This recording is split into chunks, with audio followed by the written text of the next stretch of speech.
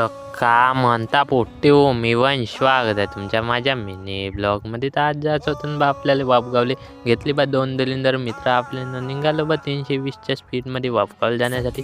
मग आलो पुलावर आपल्याला सोबती लागला खर्रा खाले. त्याचं एनर्जी ड्रिंक होय बा, त्याच्याशिवाय तर त्याचं जेवण नाही दाखवत. मग पुलावून सरळ आम्ही निघालो वापगावला जाण्यासाठी. वापगावात आलो. वापगावात म्हटलं सगळ्यात पहिले आपल्या सोबत्याला शाळेत नेऊन देऊ. मग आलो वापगावच्या नदीवर. हेच नदी आपल्या गावात जाते बा. मग आलो सोबत्याच्या शाळेत आलो आणि सोबत्याच्या शाळेत आलो आणि सोबत्याला दिलं बा शाळेत उतरून. सोबत्याला शाळेत उतरून राहिलं आणि सोबती म्हणे बाय. मी म्हटलं ठीक आहे.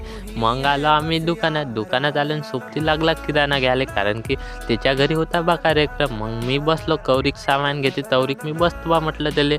मग बसलोच होता. मग झाला आमचा सामान घेऊन ना. मग आम्ही टाकलं थैल्यात टाकलं ना. थैला झाला आमचा भरून. थैला भरला ना. आम्ही जाता आता घराकडं.